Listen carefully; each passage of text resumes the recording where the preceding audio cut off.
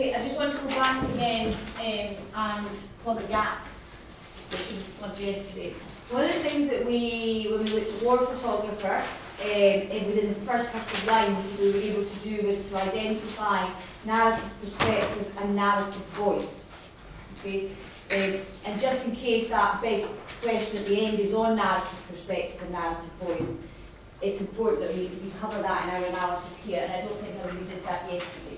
So I'd like to go back to, I give you an onion, and just do some notes on narrative perspective and narrative voice. So here we have a first person, anonymous lover who is narrating.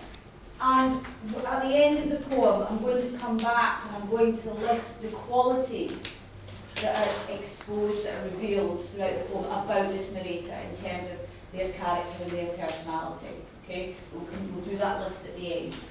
So where we got to yesterday was about to start to talk about passion. So India had picked up on this idea that it being love promises lightness, is this idea of hope, enlightenment, bringing something without its knowledge or fulfillment. And then that image is actually extended further through a simile. The function of that is to emphasise the passionate aspect of their relationship and obviously suggest intimacy. The derobing.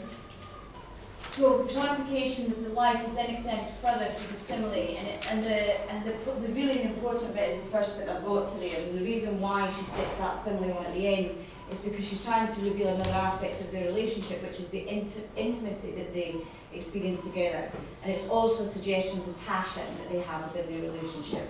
And the idea is that there's this kind of sense of passion and excitement with the careful undressing. Okay? So you could potentially also look at the word choice there on careful. And I would say that that marks the anticipation and sense of excitement. We then move to the next stanza, which opens with a short, commanding sentence. And this is a structure, this is the start of a structure that is actually repeated later on in the poem. So at this point, we have the word here, and then later on in the poem, we see the words take it. There is an inference here with this short commanding sentence of an insecurity. So it infers a sense of insecurity, a fear that the gift, stroke love, will be rejected,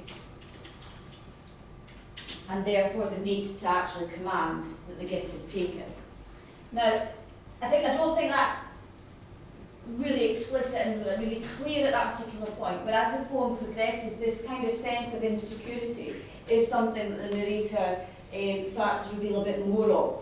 So I think, having read the poem and then coming back to these lines, I think there is a sense here that there's an insecurity there for our narrator. And this is where you have to keep it simple, because it becomes a little bit more complicated at the next bit. But at this bit, where the actual line that's being said is, it will blind you with tears. It, at that point, is the onion. The onion will blind you with tears. And this idea of the idea of being blind is to do with the impact the smell has, and the fact that it produces tears, and that creates distorted vision. So the metaphor of being blind is all about the impact on the vision. But then it's extended even further. You see that again, an image is being extended further again, and this time it's a simile. So the metaphor is extended by the simile to now include, to encompass the impact of love. So the point that's being made here, what it's doing is revealing the painful aspect of love, which can lead to emotional suffering, and that's unconventional. Love poems don't generally look at the suffering, the pain that is involved in a relationship. Okay, So that's where we say that she's been a bit unconventional here. And this pain, this idea of emotional pain and suffering is continued to explore in the remainder of the stanza, where we get yet another metaphor, where your image in the mirror is being compared to a distorted photograph. The similarity is found in the idea of distortion. The reflection becomes distorted as a result of tears. So this idea that this idea of tears and distorted vision is then extended further to the actual relationship with this idea of love. So if you actually look at the whole of that stanza, you have essentially a stanza which is about pain and suffering, which is an aspect of love. We then have this really significant and important line. And it's so significant and so important that it is afforded a stanza of its own, where she makes the declaration, I am trying to be truthful.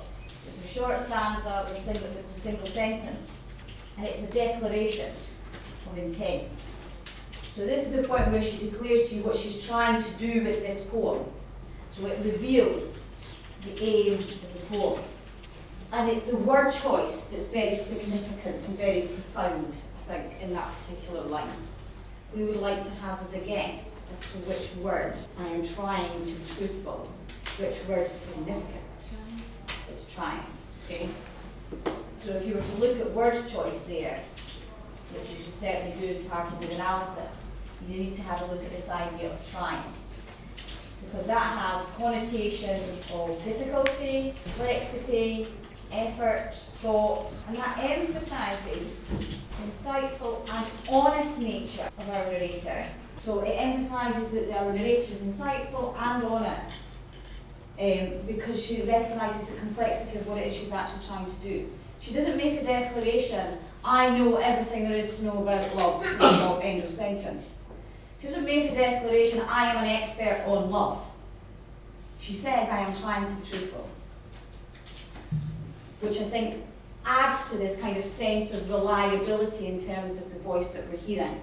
Okay, we start to trust her as somebody who is reliable, because she's not claiming to be anything that she's not. She is simply trying to be truthful.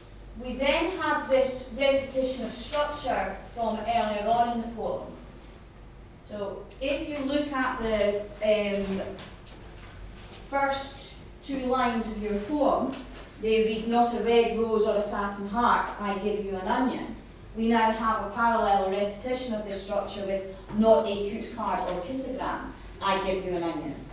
And those lines have the exact same function and the exact same purpose. There is loads that you can say about these two lines. So this is repeated structure from the opening two lines, the same function, which is to undermine conventional representations of love and introduce the unconventional.